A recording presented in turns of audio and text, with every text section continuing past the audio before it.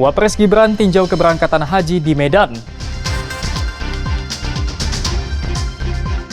Polda Sumut amankan 1.130 preman. Relawan bangun rumah belajar untuk anak pesisir.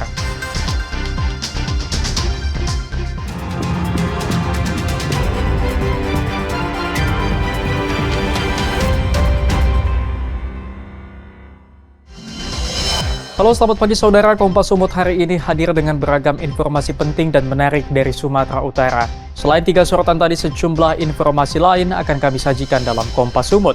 Bersama saya Emir Syapurba, inilah Kompas Sumut selengkapnya di Kompas TV, independen terpercaya.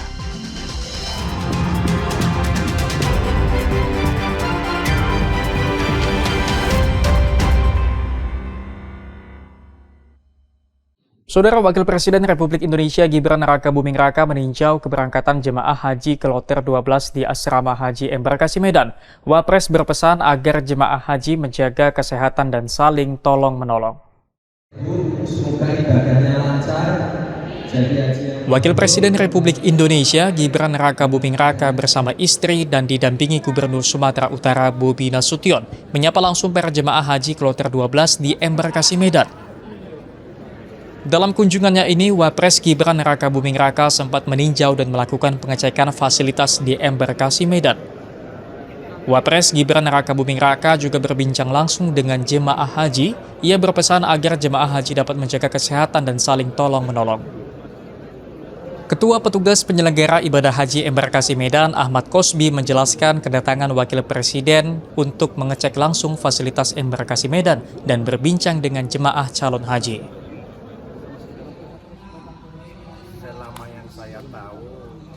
Alhamdulillahirrabbilalamin, kita Embarkasi Medan di Kloter 12 ini kebetulan kunjungan kerja Bapak Wakil Presiden Republik Indonesia ke Sumatera Utara dan sekaligus mendatangi Embarkasi sapa jemaah haji. Alhamdulillah beliau telah melihat, menyurvei seluruh fasilitas yang ada di asrama haji, langsung bertanya ke jamaah apakah pelayanan asrama haji bagus, bersih, makannya enak, nikmat. Alhamdulillah semua jamaah memberikan nilai yang bagus. Alhamdulillah. Jemaah haji Kloter 12 asal Kabupaten Batubara mengaku senang dengan kunjungan Wapres Gibran. Mereka tidak menduga dapat berdialog langsung dengan Wakil Presiden. Dedi Rizky Ginting, Kompas TV, Medan, Sumatera Utara. Saudara, sebanyak 20 ton ubi jalar dan kentang asal Kabupaten Karo diekspor ke negara Singapura. Ekspor ini akan meningkatkan ekonomi dari hulu ke hilir di tingkat petani.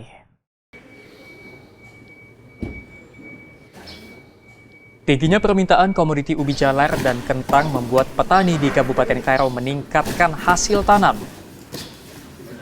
Bulan ini mereka mampu mengekspor 20 ton ubi jalar dan kentang ke negara Singapura. Para petani ini sudah mampu melewati proses packing standar ekspor internasional. Peningkatan ekspor pada bidang hortikultura ini sejalan dengan program strategis Menteri Pertanian hingga mampu meningkatkan perekonomian masyarakat dari hulu ke hilir. Kini petani di Kabupaten Karo mulai belajar cara ekspor yang baik dan benar agar dapat meningkatkan perekonomian di tingkat petani, menghasilkan devisa bagi negara. Petani dan eksportir berharap dengan adanya keterlibatan pemerintah dapat menjamin stabilitas harga bahan pokok dan menjamin kualitas bahan pokok yang akan diekspor. Kita mengharapkan ke depan sebenarnya harganya bisa lebih stabil, suplainya bisa lebih kontinu, kualitasnya kita bisa lebih jaga, dan ke depan memang kalau ini bisa dibentuk per komoditi, kita bisa kembangkan lagi komoditi yang lain. Dan untuk akses market yang lebih luas juga tentunya. Selama ini peran serta pemerintah seperti apa? Peran serta pemerintah sebenarnya kita didampingi. Komoditi ubi jalar dan kentang sudah menjadi ekspor favorit bagi supplier luar negeri, namun tidak stabilnya harga dan jaminan stok masih menjadi kendala. Hendri Setiawan, Kompas TV, Karo, Sumatera Utara. Saudara, Universitas Sumatera Utara akan mengelola sampah sendiri untuk dijadikan kompos dan bahan bakar. Ditargetkan tahun ini tidak ada lagi sampah yang keluar dari lingkungan universitas. Saat ini Universitas Sumatera Utara telah menguji dan meneliti pengolahan sampah organik dan anorganik menjadi kompos dan bahan bakar. Dengan alat pengolahan sampah terpadu buatan mereka, sampah organik diproses menjadi kompos dan pengembangan maggot yang terintegrasi dengan peternakan.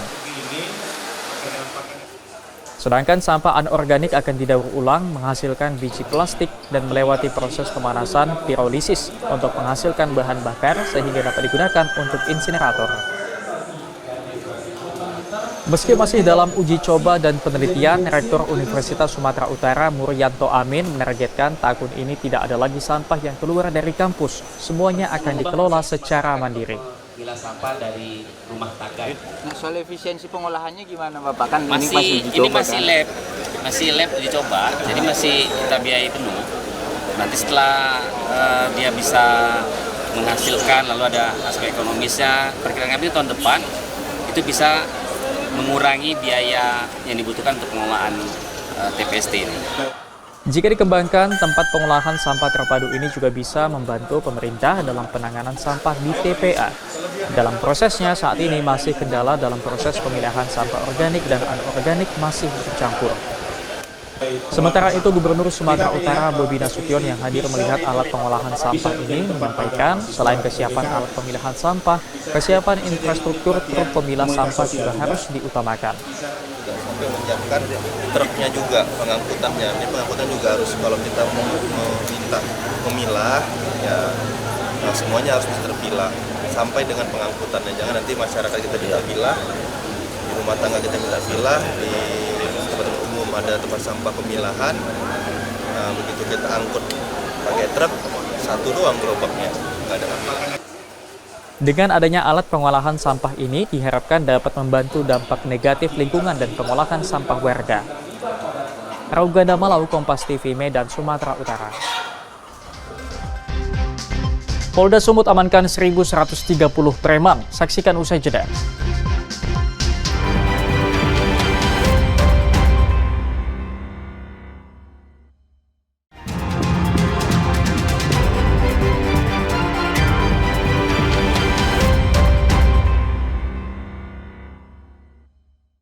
Masih bersama saya, Emir Syapurba dalam Kompas Sumut. Saudara, Polda Sumatera Utara meringkus ribuan pelaku aksi premanisme yang kerap meresahkan warga di sejumlah kabupaten kota di Sumatera Utara.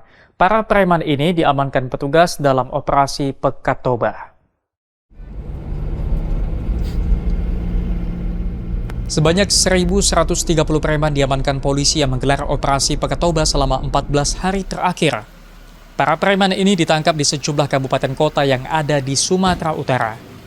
Mereka ditangkap dalam 954 kasus berbeda dalam operasi serentak yang dilakukan oleh Polda Sumatera Utara bersama jajaran Polres.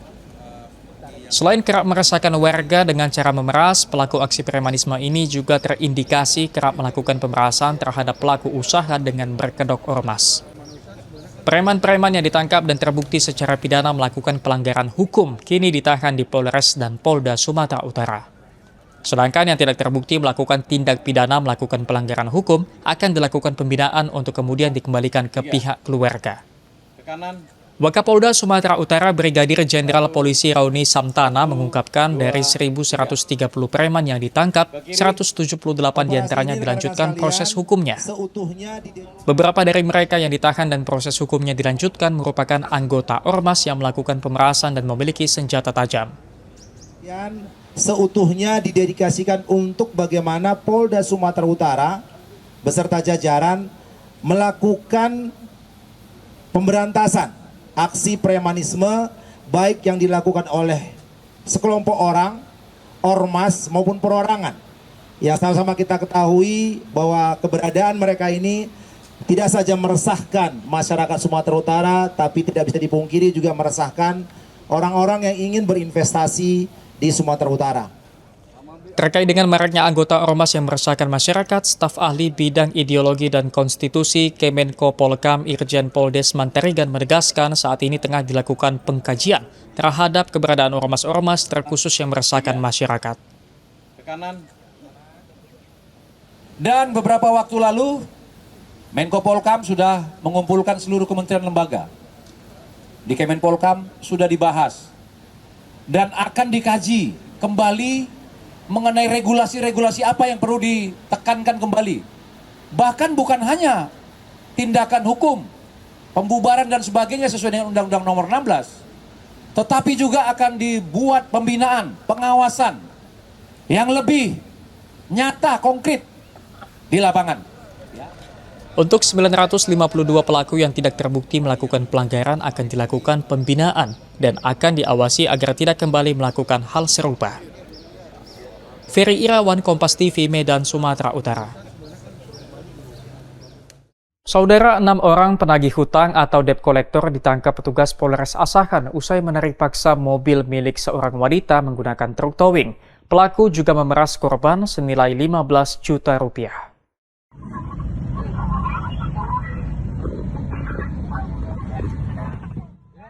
Inilah rekaman saat seorang wanita pengendara mobil dihadang 6 orang penagih hutang atau debt collector dengan menggunakan sepeda motor di Kecamatan Siantar Barat, Kabupaten Asahan. Pengendara mobil sempat terlibat adu mulut dengan para penagih hutang sebelum akhirnya mobil ditarik paksa dengan menggunakan truk towing. Korban yang merupakan warga Provinsi Riau dituduh menunggak pembayaran selama 4 tahun. Para pelaku juga memeras korban senilai 15 juta rupiah. Setelah mendapat laporan pengaduan, Satuan Reserse Kriminal Polres Asahan kemudian mengamankan 6 orang penagih hutang dan masih memburu 3 orang pelaku lainnya. Kita berhasil amankan 6 orang tersangka, saat ini kita tetapkan 6 orang tersangka. Namun demikian masih ada beberapa tersangka yang terus kita kejar. Besar harapan kami tersangka menyerahkan diri. Para pelaku dikenakan pasal berlapis yaitu tentang pemerasan dan perbuatan tidak menyenangkan dengan ancaman hukuman 9 tahun penjara. Armando Sinaga, Kompas TV, Asahan, Sumatera Utara. Saudara, petugas unit reskrim Polsek Medan Barat meringkus satu maling yang kerap mencuri di beberapa toko kelontong dan rumah kosong. Pelaku terpaksa dilumpuhkan dengan tembakan usai mengancam polisi dengan sebilah pisau. Ini adalah rekaman CCTV yang merekam aksi pencurian sebuah toko kelontong di Jalan Karya, Kota Medan. Dalam rekaman terlihat pelaku yang berjumlah 2 orang langsung merubah arah kamera CCTV agar aksinya tidak terlihat. Di toko ini kedua pelaku membawa kabur sejumlah barang-barang yang dapat dengan cepat dijual kembali dan uang tunai lebih dari 1 juta rupiah. Berbekal rekaman CCTV yang sempat memperlihatkan wajah salah satu pelaku, petugas unit reskrim Polsek Medan Barat kemudian berhasil mengidentifikasi dan menangkap pelaku di Jalan Gereja, Kota Medan. Namun saat ditangkap, pelaku justru memberikan ancaman kepada petugas dengan sebilah pisau sehingga petugas harus melumpuhkan pelaku. Kanit Reskrim Polsek Medan Barat, Ibtu Febri Sitepu mengungkapkan pelaku merupakan residivis dalam kasus serupa. Pelaku setidaknya sudah 4 kali melakukan pencurian. Polisi kini tengah memburu satu teman pelaku yang identitasnya sudah diketahui. Untuk satu lagi teman pelaku masih pengejaran kita oleh tim. Untuk identitas teman PSK sudah kita kantongi. Sudah pernah di penjara sebelumnya? Sudah, untuk pelaku ini sudah pernah di penjara tahun 2019. Kasus apa? Sama dengan pembongkaran rumah maupun toko-toko yang ada di wilayah Medan Barat. Dalam kasus ini pelaku terancam penjara selama lebih dari 5 tahun karena dijerat dengan pasal 363 KUHP tentang pencurian. Ferry Irawan, Kompas TV, Medan, Sumatera Utara. Relawan bangun rumah belajar untuk anak-anak pesisir. Saksikan usai jeda.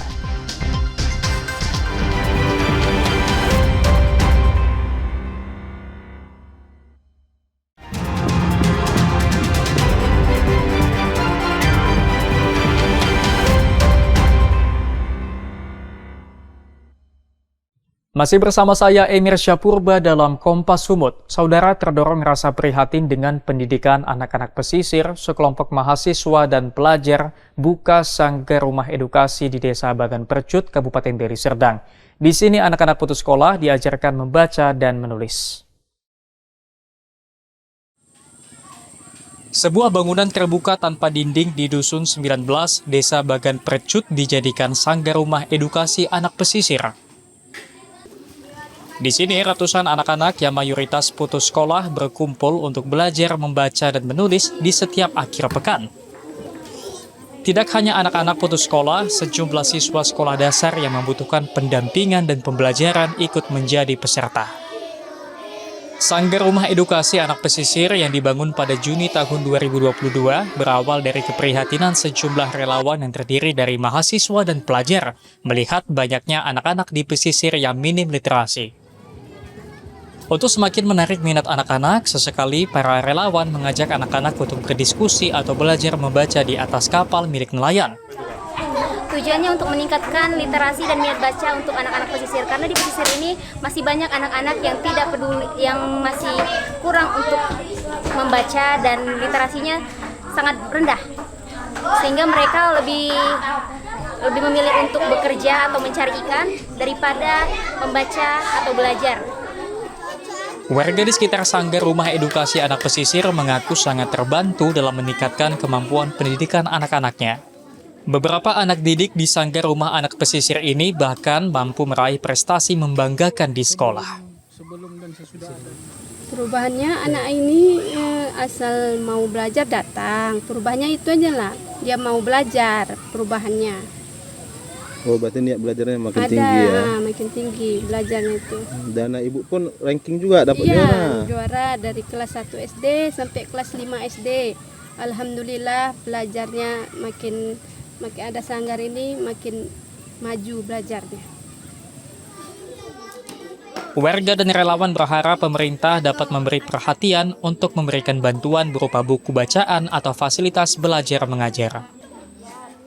Dedi Zulkifli Terigan, Kompas TV dari Serdang, Sumatera Utara. Saudara, di Desa Aek Sabaon, Tapanuli Selatan, ada sebuah warung kopi menawarkan wisata kopi. Di sini, pengunjung dapat memetik kopi sebelum diracik dan disajikan.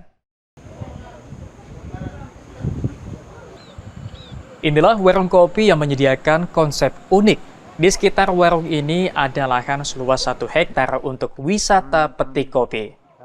Di lahan ini, pengunjung dapat merasakan pengalaman memetik kopi sebelum menyeruput kopi yang sudah diracik. Dengan panorama alam dan asri dapat memanjakan para pecinta kopi, apalagi pengunjung dapat membayar seikhlas hati. Kopi yang disuguhkan berupa olahan kopi Arabica dengan proses full wash dan menghasilkan sensasi fruity yang menjadi pilihan para penikmat kopi. Jadi untuk rasanya keduanya sangat mantap. Kalau yang suka original, mungkin yang kopi hitam dengan gula aren ini oke. Oke Bang, selain cita rasa, lokasi di sekitar seperti apa? Iya, lokasi sekitar, karena ini dekat Sibio-Bio ya, jadi sangat sejuk, kemudian lebih untuk yang pencari ketenangan, yang suka baca, ya seperti saya yang suka menulis, bolehlah datang ke sini. Bisa sambil berwisata, berekreasi, sambil ngopi dan sambil makan. Oke Bang. Awalnya pemilik warung Dirtiawati harahap sekedar menanam kopi, kemudian muncul ide mengolah serta menyuguhkan olahan kopi miliknya beberapa tahun lalu. Respon positif pengunjung membuat Dirtiawati memilih bertahan menjalankan usahanya. Kita menyediakan jenis kopi Arabica dan Robusta. Arabica itu ada beberapa proses pengolahan, salah satunya natural, wine atau fruity, lebih banyak dikenal orang, dan yang biasa untuk diminum adalah full wash. Konsepnya seperti apa Kak? Konsep sejauh ini di Tiana adalah minum sepuasnya, bayar seikhlasnya. Kenapa konsep ini dibuat? Biar masyarakat luas bisa mencicipi kopi yang enak. Jika kita buat patokan harga, maka akan orang sekitar merasa itu tidak wajar dengan harga segitu. Karena Tiana Kopi itu tempatnya berada di daerah.